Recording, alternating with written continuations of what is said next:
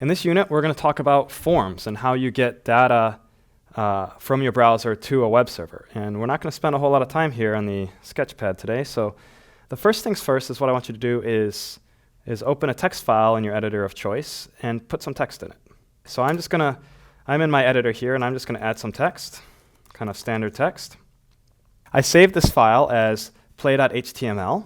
And the next thing I want you to do is open this file in your web browser of choice. So what we have here is the text that I entered in the editor here in the browser. Now if we were to go back to the editor and change something, change a word here, save it, and then go back to the browser and reload, you can see it live updates. So this is a handy way for kind of playing with and experimenting with HTML, in a real browser. And we're going to be doing a fair amount of this today. First thing I want to teach you about is HTML forms and the elements required to make them. So we have another tag called form, and it looks like this. And like many HTML tags, it has a closing form. We're going to go back and forth here between our editor and our browser and here while I'm explaining things. Okay, so let's enter this in our editor.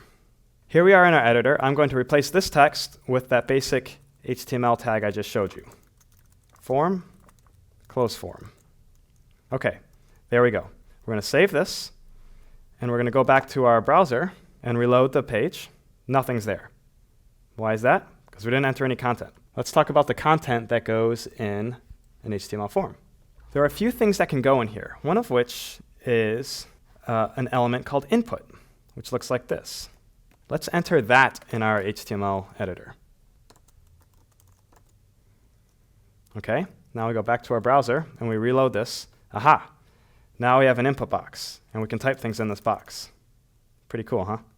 The input tag can take a couple of attributes, one of which is called name. And name looks like this. It's like all attributes. We have the actual attribute, which in this case is called name, and then the value, which I've written here in red. This can be whatever we want.